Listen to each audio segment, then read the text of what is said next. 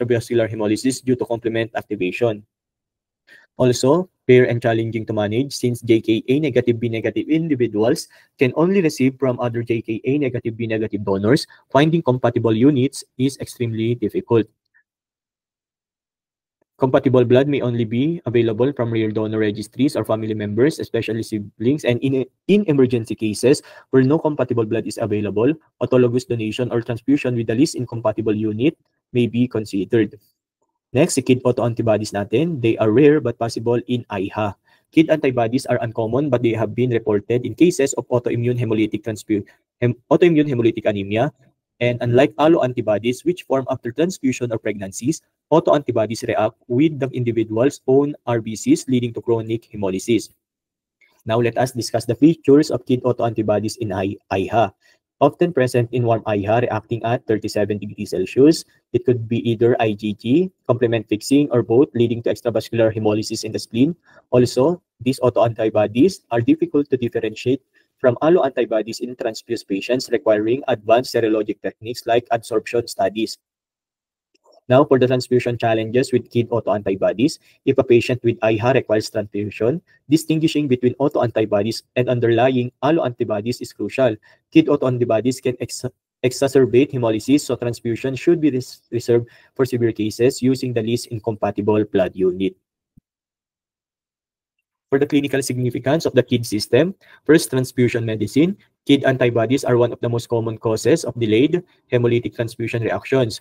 The HTRs are often unexpected due to KID antibodies' weak initial reactions in JK3 natin. These individuals can develop anti-JK3, an antibody that reacts with both JK3. Now, let's discuss the Lutheran blood group system or ISBT-005.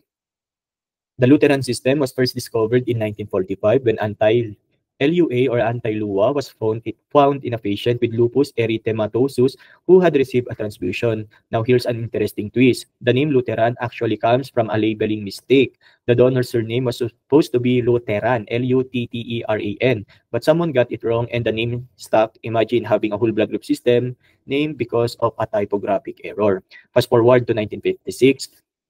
And researchers, Katbush and Chanarin, identified yung anti-LUB natin, which turned out to be antithetical partner to LUA. Then in the 1960s, we started seeing cases of the rare LUA negative B negative phenotype, and first described in 1961 with a dominant inheritance pattern, and later in 1963 with a recessive form. Now, in terms of numbers, the Lutheran system is designated as LU, ISBT-005, and it includes 24 antigens, most of which are high prevalence, meaning almost everyone has them. However, what makes Lutheran unique is that these antigens are not very immunogenic, so we don't see Lutheran antibodies causing major transfusion reactions the way we do with other systems like RH or KID. So why does this matter to us in transfusion medicine? Well, yung Lutheran antibodies natin, especially si anti-LUB, they could occasionally cause mild transfusion reactions. And if we do encounter a patient with anti-LUB, we might need to find LUB negative blood, but thankfully, severe cases are rare. In summary, while the Lutheran system isn't as clinically significant as some other blood groups we have studied, it is still a great example of how history, genetics, and transfusion science all come together. And if there's one thing to remember, is that even a simple clerical error can leave a lasting impact on medicine. Now, as Filipinos, this situation reminds us that the saying, mali ang walang label, which as you all know, usually refers to relationships that aren't official. But in this case, it's literally true. The wrong label gave birth to an entire blood group system. Tandaan nyo, o mag-pep talk tayo saglit, that in life, don't settle for too much uncertainty in relationships, whether romantic, professional, or even friendships. A strong relationship is built on trust, commitment, and mutual effort. If someone is unsure about you, don't waste your time convincing them. Know your worth and surround yourself with people who choose you without hesitation. Sana all pinili kasi committed. O kapag gusto nyo ng assurance, record nyo to or playback nyo tong part ng discussion natin as your reminder that you are worthy of everything. Now, let us move on to the Lutheran antigens. O, tignan nyo, di pa nagsisimula, nag-move on na kayo agad. Sad. Now, let's talk about the Lutheran antigens. Unlike more well-known blood group systems like ABO, RH, or KID, the Lutheran system isn't a major player in transfusion medicine, but it does have some unique characteristics that make it worth discussing. First, we have two primary Lutheran antigens, si LUA and LUB, which are inherited in a codominant manner. That means if you inherit one from each parent, both will be expressed. Now, here's something interesting. Sa LUB natin, it is a high prevalence antigen, meaning that if you have randomly select 100 people, nearly all of them will have it. More than 99% of populations are LUB positive. On the other hand, LUA is much rarer, found only about 8% of whites and 5% of blacks. Now, what about these antigens? Unlike ABO and RH, which are sorry, sinisipan ako guys. Now, what about when these antigens start to show up? Unlike ABO and RH, which are well developed at birth, Lutheran antigens are weak at birth but can be detected as early as 10 to 12 weeks of gestation. So in fetal development, they're there, just not strongly expressed yet. But Lutheran antigens aren't limited to red blood cells. They are also found in various tissues, including the brain, lungs, pancreas, placenta, skeletal muscles, and liver cells, especially in fetal hepatic epithelial cells. This makes them biologically interesting because their presence suggests they might play a role outside of just blood group compatibility. Now, let's move on to another antigen in this system, which is yung LU3 natin. This one is kind of like the universal Luteral antigen. It is always present when either LUA or LUB is expressed. However, if someone has the rare LUA negative B negative phenotype, meaning they don't have either antigen, and they might develop anti-LU3, which is a unique antibody seen only in these individuals. Next, the biochemical properties of the Luteran antigens. These antigens are somewhat resistant to certain treatments used in blood bank testing. They can't be destroyed by fisin, papain, or glycine acid EDTA, which are commonly used enzyme treatments in immunohematology. However, if you use trypsin or alpha-chymotrypsin, these enzymes can break them down, and here's an important point. Sulfhydryl reagents like DTT and AET completely disrupt Luteral antigen expression, which is something we use in the lab to help identify antibodies.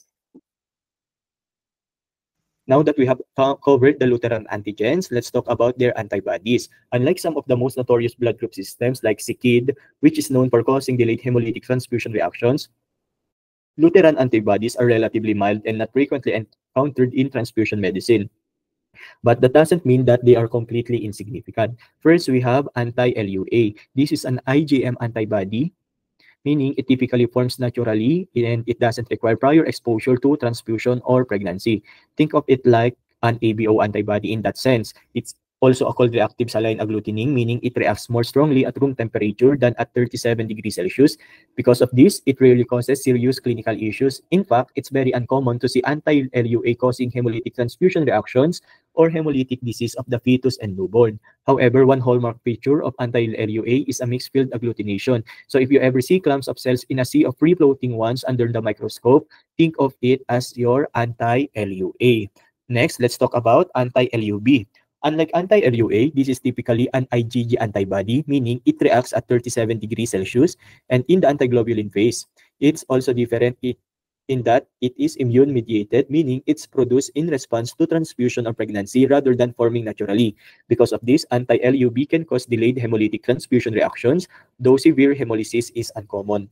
Finally, we have your anti-LU3. This one is a little bit different because it reacts with both LUA positive and LUB negative red blood, LUA positive and both LUB positive red blood cells. The only people who can make this antibody are those with the recessive LUA negative B negative phenotype, meaning they lack both Luteran antigens. Anti-LU3 has been linked to mild cases of HDFN and HTRs, but again, severe cases are rare. To sum it up, anti-LUA is an IgM, naturally occurring cold reactive antibody, and rarely clinically significant. On the other hand, sa anti-LUB natin, it is an IgG antibody that can cause delayed HTRs, though severe reactions are uncommon. Lastly, sa anti-LU3 natin, it is found only in LUA negative B negative individuals and can cause mild transfusion reactions. Now let's dive into the LUA negative B negative phenotype and its genetic variations. This is where things get really interesting because it's not just one phenotype. We actually have different genetic mechanisms that can lead to the absence of Luteran antigens. First, let's talk about the dominant LUA negative B negative phenotype, also known as the in-lu suppressor phenotype. This was first identified back in 1961 and it follows a dominant inheritance pattern, meaning if you inherit the suppressor gene from just one parent, you're likely to have this phenotype. Now, what causes this? It's linked to a mutation in the EKLF or your erythroid Krapel-like factor gene, which is a key regulator of Luteran antigen expression. But here's where it gets interesting. Luteran antigens aren't completely absent in these individuals. Instead, they are just very weakly expressed, which can confirm using adsorption elution studies in the lab. Because the antigens are still present at low levels, individuals with this phenotype do not produce anti-LU3, which is an important distinction from the recessive form of LUA negative B negative. Another unique thing about this phenotype is that it doesn't just affect Luteran antigens. Also, it weakens the expressions of several other blood group antigens, including CCD44, P1, C small I, ANWJ, MER2, and CINB. So if you are working in a blood bank and see a broadly weakened antigen profile, you might want to consider whether you're dealing with an in-Lu phenotype. So, quick question for all of you. If someone with the dominant LUA negative B negative phenotype needs a transfusion, would they require Luteran negative blood? Why or why not? Now, let us discuss the recessive type, LUA negative B negative phenotype caused by silent LULU alleles. Kapag maglulu, mag-silent daw. It is a rare but significant condition within the Luteran blood group system. Now, let's break this down systematically. This phenotype follows an autosomal recessive inheritance pattern, meaning an individual must inherit two non-functional LU alleles, one from each parent for the expression of Luteran antigens to be completely absent, and these silent alleles prevent the production of Luteran glycoproteins on red blood cells, leading to the LUA negative B negative null phenotype. Since individuals with this phenotype completely lack Luteran antigens, their immune system recognizes any LUA negative A positive or LUB positive RBCs as foreign.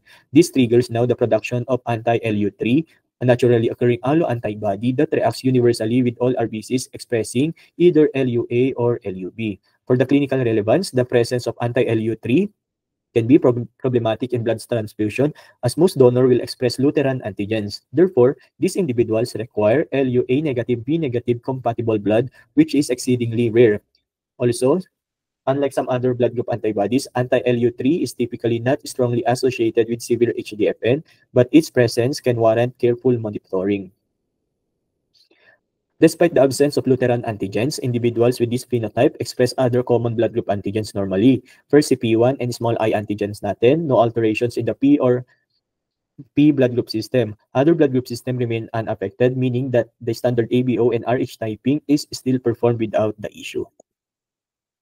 Now, this is an exceptionally rare case. First, si recesso CIV X-linked inhibitor type natin. It was first identified in a large Australian family where all affected individuals were male. The reason this form of the LUA negative B negative phenotype follows an X-linked inheritance pattern, which is quite different from the more common recessive LU or the LULU type we discussed earlier. Now, the genetic basis or the role of your GATA1, the GATA1 gene. The underlying gene here is a mutation in the GATA1 gene, which is located on the X chromosome. GATA1 is a critical transcription factor that regulates erythropoiesis.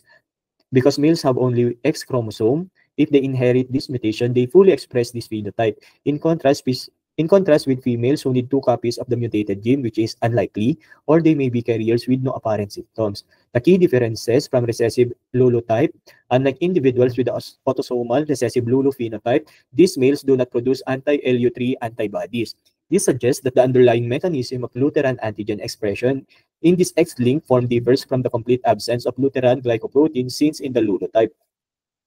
To date, only one family has been documented with this specific inheritance pattern, making it an extremely rare phenomenon in immunohematology. Now, let's talk about the clinical implications. The Luteran blood group system is known for its weak antibody reactivity, which makes its detection in laboratory testing difficult. However, despite their weak reactions, Luteran antibodies can still have clinical consequences in transfusion medicine and pregnancy. First, the transfusion reactions, it is delayed but rarely severe. Anti-LUB and anti-LU3 antibodies are capable of causing delayed hemolytic transfusion reactions. These reactions occur days to weeks after a transfusion rather than immediately. However, DHTRs or delayed hemolytic transfusion reactions caused by Luteran antibodies are typically mild, meaning that they do not cause severe hemolysis or life-threatening complications. For HDFN, one key feature of Lutheran blood group system is that its antigens are poorly expressed at birth. This means that even if a mother has antibodies against Lutheran antigens, they have minimal impact on fetal red blood cells. As a result, HDFN caused by Lutheran antibodies tend to be mild or even clinically significant. Moving on, one of the unique laboratory challenges with the Lutheran antibodies is their ability to adsorb and elute from dominant LUA negative B negative RBCs. This makes accurate blood group phenotyping challenging as antibodies can sometimes bind weakly and then detach, leading to inconsistent test results. Given this, advanced serologic techniques or genetic testing may be required for precise identification of Lutheran phenotypes. And that's the end of our discussion here on the major blood group system. But before we end this recording, let us try to answer one case study. Take note, guys, this is similar to the case studies I included in your exam. Now, let us digest this one. It says here, a 30-year-old female patient with a history of multiple blood transfusion due to sickle cell disease is admitted for a hemoglobin level of 6.2 grams per deciliter. 4 days after receiving 2 units of blood, she presents with jaundice, dark urine, and a mild fever. A follow-up hemoglobin levels reveals a drop to 5.8 grams per deciliter. A direct antiglobulin test is weakly positive with IgG and complement, and her antibody screen, which was previously negative, now demonstrates weak reactivity at 37 degrees Celsius. The implicated antigen is known for its rapid effervescence and association with delayed hemolysis. What is the most likely explanation for this patient's condition? First, acute hemolytic transfusion reaction due to a low-frequency alloantibody. Delayed hemolytic transfusion reaction due to an anamnestic response. Next, paroxysmal cold hemoglobinuria triggered by recent illness. Autoimmune hemolytic anemia secondary to underlying condition, which is yung sickle cell. Before we discuss the rationale, I want you to answer this on your own. I-pause nyo po itong discussion, isipin nyo kung ano yung sagot.